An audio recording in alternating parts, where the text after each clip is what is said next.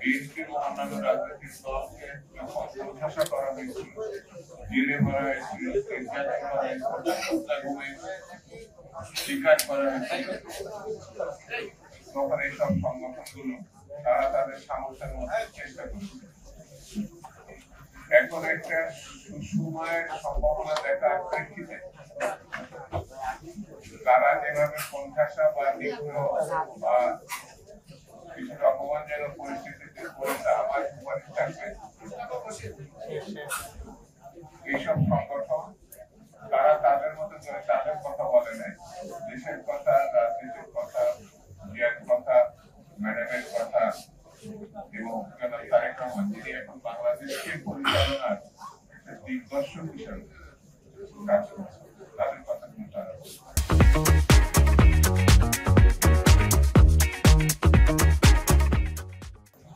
বন্ধুরা। এই ধরনের সংগঠন 8 বছর এগিয়ে নেওয়া, যারা সংগঠন পরিচালনা করে তারাই শুধু বুঝতে পারে বলে আমার কঠিন। একটা অনুষ্ঠানে আছে, তিনি জিয়া মঞ্চের একটা অনুষ্ঠানে আছে, তিনি যখন জিয়া মঞ্চের অনুষ্ঠানে জিয়া পাঠাগার, শহীদ জিয়া পাঠাগার, স্মৃতি পাঠাগার, তাহলে অন্যরাও শহীদ জিয়া, জাতীয়তাবাদ বা এই ধরনের সংগঠন করতেই পারে।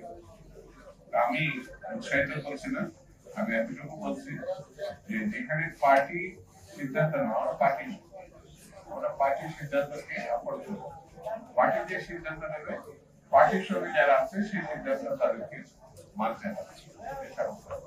বন্ধুরা, দেশে একটা সরকার আছে যেটিকে অন্তর্বর্তীকালীন সরকার হিসাবে আমরা জানি, এটা আমাদেরই সরকার। বিএনপি এবং যেসব রাজনৈতিক দলগুলো হাসিনা বিরোধী আন্দোলন করছিল তাদেরই সরকার। এই সরকারের সাফল্য ব্যর্থতা এটা আমরা বহন করি, আর যারা রাজনৈতিক দল করি বিএনপি তাদের এটা বহন করি। যে পরিবর্তনটা হয়েছিল, মানুষের প্রত্যাশা ছিল, এটা কিন্তু লক্ষণীয় বিষয়। মানুষের প্রত্যাশা ছিল জিনিসপত্রের দাম কমবে, আইন শৃঙ্খলা পরিস্থিতি ভালো হবে, বা সুস্থির সঙ্গে বসবাস করা যাবে। মানুষ একটি নির্বাচনের মধ্যে যে তার পছন্দের প্রার্থীকে বেছে নিতে পারবে। এখন যে পরিস্থিতির আমরা মুখোমুখি হয়েছি, সেখানে অনেকগুলো জিজ্ঞাসা তৈরি হচ্ছে। যে জিজ্ঞাসাগুলো হচ্ছে, একটা পন্থী যারা নির্বাচন প্রত্যাশা করছে তাদেরকে এক ধরনের গণতন্ত্রের শত্রু হিসাবে আখ্যায়িত করার চেষ্টা করা হয়েছে। কেউ কেউ বলেও বসছেন শুধু নির্বাচন এবং একটি রাজনৈতিক দলকে ক্ষমতায় আনার জন্য এই পরিবর্তন করে। আমার কাছে মনে হয়েছে গণতন্ত্রের উত্তরণের জন্য প্রধান বিষয়টি সিঁড়িটি হচ্ছে নির্বাচন। শেখ হাসিনা নির্বাচনে শুধু বিরোধিতা করেন, নির্বাচনের নামে তামাশা করেছে, আর এখন সেই নির্বাচনকে আমরা সরাসরি বিরোধিতা করছি। এটা বড় দুঃখজনক। এই জায়গা থেকে আমাদের শুনতে হবে, এই কারণে নির্বাচন ছাড়া গণতন্ত্র, স্বাধীনতা, মানুষের অধিকার প্রতিষ্ঠার আর কোন বিকল্প পথ নেই, কোন পথ নেই। এই সরকার তার একটি রাজনৈতিক দলের সরকার, সকল রাজনৈতিক দলের সমর্থিত, তাহলে পরে সকল রাজনৈতিক দলের সেন্টিমেন্টকে তাদের ধারণ করতে হবে। সেই সেন্টিমেন্টটা হচ্ছে গণতন্ত্র প্রতিষ্ঠান, গণতন্ত্রের পথে যাত্রা। আর গণতন্ত্রের পথে যাত্রা করতে হলে নির্বাচনের কোন বিকল্প যদি এই বিষয়টি আমাকে বোঝাতে পারে, আমি তার দলে বিএনপির অনুমতি না, বিএনপির অনুমতি তার দলে আমি জয়েন করেছি।